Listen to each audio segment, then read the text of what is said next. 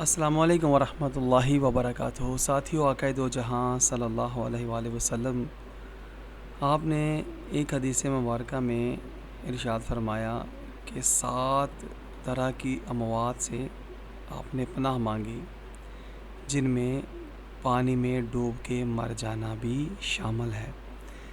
تو ساتھیو، ہم نے دیکھا کہ پچھلے دنوں ایک ہی خاندان کے 16 افراد ڈوب کر مر گئے۔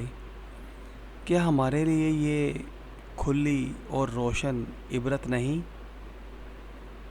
ہم کب سمجھیں گے؟ کہیں ہم زندوں کے لیے اس بات کی طرف اشارہ تو نہیں کہ ہمارے کرتوت مسلمانوں والے نہیں رہے؟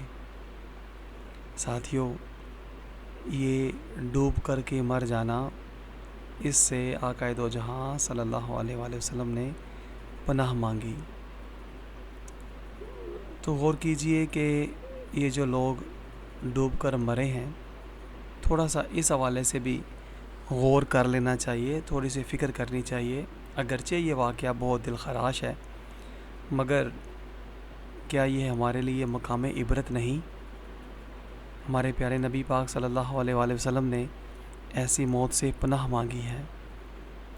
تو غور کیجئے کہ یہ جو 16 افراد ہیں، ان میں ہماری بہنیں بھی ہیں، ہماری مائیں بھی ہیں، ہماری بچیاں بچے بھی ہیں، ہمارے بھائی بھی ہیں، ہمارے بزرگ بھی ہیں، سبھی شامل ہیں۔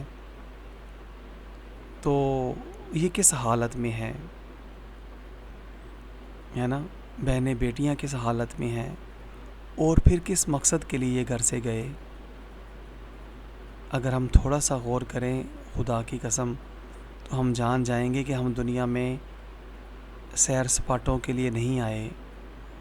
بے پردگی، بے حیائی کر کے ہم کبھی اللہ تعالیٰ کو راضی نہیں کر سکتے، ہے نا؟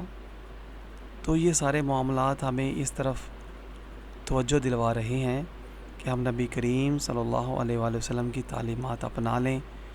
اسی میں ہماری دنیا کی اور آخرت کی فلاح ہے۔ ہمیں عبرت پکڑنی چاہیے اور اپنے گھروں میں رہنا چاہیے۔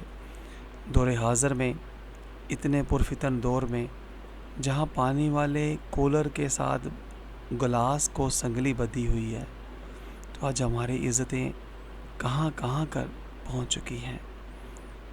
یہ سیر سپاٹے، یہ موج مستیاں، یہ میلے ٹھیلے، یہ پارکوں میں گھومنا پھرنا، یہ فلمیں، سینمے، ڈرامے، گانے، باجے، یہ سارا کچھ کیا ہے؟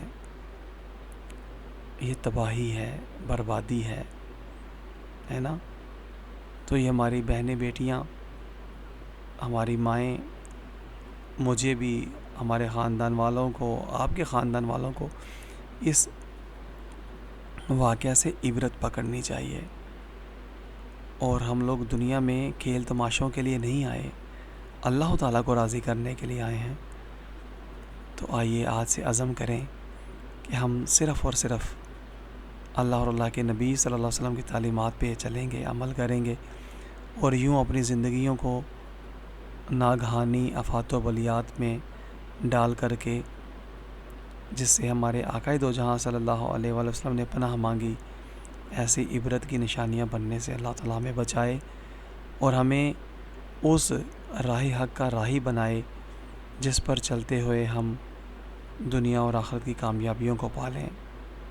اور اس کا حل صرف یہی ہے کہ دامن رحمت صلی اللہ علیہ وآلہ وسلم کے ساتھ جڑ جائیں اور ہر اس عمل سے اپنے آپ کو دور کر لیں جس میں شر ہے، بربادی ہے، تباہی ہے، اور ہر اس عمل سے، فعل سے ہم لوگ متصل ہو جائیں، جڑ جائیں، اس میں خیر ہے، برکت ہے، اور دونوں جہانوں کی کامیابیاں ہیں۔ اللہ تبارک تعالیٰ ہمیں سمجھنے کی اور سمجھ کر عمل کرنے کی توفیق عطا فرمائے۔ آمین یا رب العالمین۔